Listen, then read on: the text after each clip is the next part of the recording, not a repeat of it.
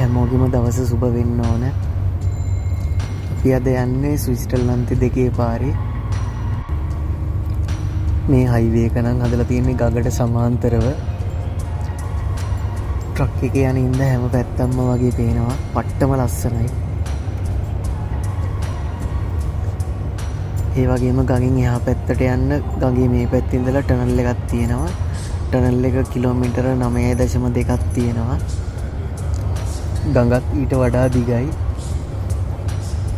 මේ පාරේ අපිට වැඩිපුරම ලස්සන බලන්න පුළුවන් ඉතාලි පැත්තට යනකොට.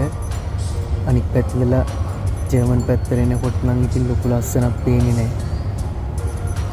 ටික ටික සීතල වැඩි වෙන ඉඳලා කලින් තිබ්බ පරිසරයේ ලස්සන නම් දැන් ගොඩක් අඩු වෙලා තියෙන්නේ. නැත්නම් මේ කඳු මීඩියාවත හරිම ලස්සනයි. ඉස්සරින් පේන්නේ අර මං කියපු ටනල් එක කිලෝමීටර් 9.2යි. යතුල්ලලා බලමු කොහොමද කියලා. හරියට මේ ටනල් එක යන්නේ ගඟට සමාන්තරව. මම ඔයාලට මැප් එක පෙන්නන්නම්. කොහොමද ටනල් එක මැප් එකෙන් පෙන්වන්නේ කියලා. මේ ටනල් එක ඇතුළේ නම් අපිට සාමාන්‍යයෙන් පැයට කිලෝමීටර් 100ක වේගෙන් යන්න පුළුවන්. වීඩියෝ එක ගොඩක් වෙලා යන ඉඳ ඉතින් මම පොඩ්ඩක් කෙටි කරලා දානවා.